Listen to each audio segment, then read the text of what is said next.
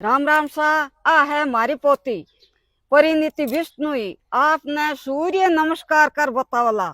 आप ही आप बच्चा ने बेगा उठानो 4 बजे सूर्य नमस्कार करो रोग दूजो नहीं हुए। मैं तो पहलांगा घटी पीसदा ना मजबूत किता। तो आज मैं तन सूर्य नमस्कार कर बताऊं।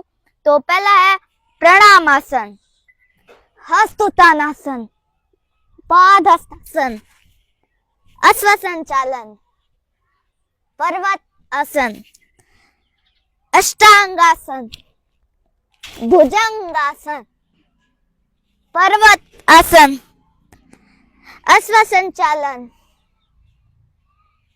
पाद हस्तासन, हस्तोत्थानासन, प्रणामासन। तो ओ देखो ओ आज मैं तन सूर्य नमस्कार कर बतायो। ओ था तार बच्चा रोजाना 4 बजे उठाण एन सूर्य नमस्कार कराओ तो बन कोई बीमारी नहीं होएला एन करोला योग तोय रहोला निरोग। तो ओ देखो ओ वीडियो था तार बच्चा जरूर बताई जो एनो वीडियो शेयर जरूर करजियो।